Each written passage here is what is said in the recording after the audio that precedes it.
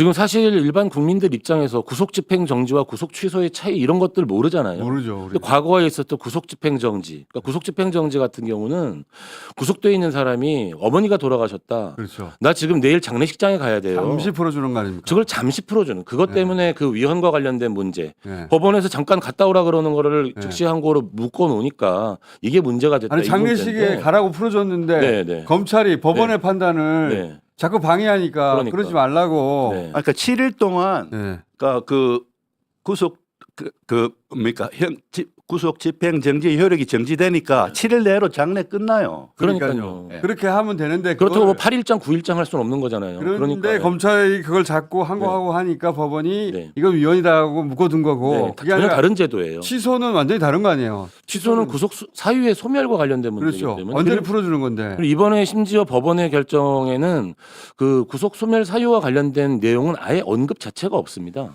절차와 관련된 것들을 조금 더 명확히 하자. 즉 상급심 판단을 받아봐야 된다라는 어떤 내용들이 분명히 내포되어 있었음에도 불구하고 검찰이 의도적으로 즉시 항고를 지금 포기한 건 그렇죠. 검찰이 방임하고 책임 방기예요, 이거. 검찰이 더 잘못했죠. 네, 그런데 심우정 검찰총장은 그러니까 전혀 다른 제도인 구속 집행 정지 이건 한시적으로 이제 네. 구속 상태를 면하게 해주는 그가 즉시 항고가 위헌 결정을 받았다고 해서 전혀 다른 구속 취소의 즉시 항고도 위헌일 거라고 미리 그러니까요. 예단을 하고 그래서 위헌 받을까봐 즉시 항고 안 한다는 그런 궁색한 변명을 이야기하는데 일반인들은 그 차이를 모르니까. 차이를 모르니까요. 마치 사기친 거예요. 뭐 정말 위헌 결정이 있었나 보네 이렇게 네. 생각을 해버리죠. 사기친 거예요, 사기. 아니 그런데 네. 구속 취소에 대한 즉시 항고 제도는 지금도 형사소송법에 있거든요. 그러니까 사기친 거죠. 그러니까. 그리고 법률에 있으면 네.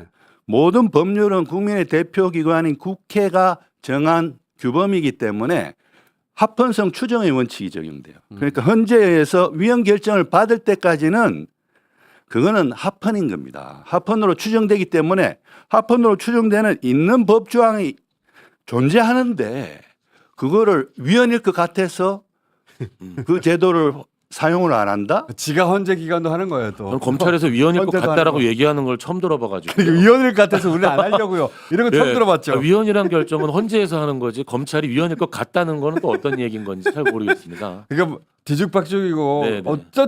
어떻게든 윤석열 풀어주려고 네, 네. 검찰총장이 빤스 벗은 거 아닙니까?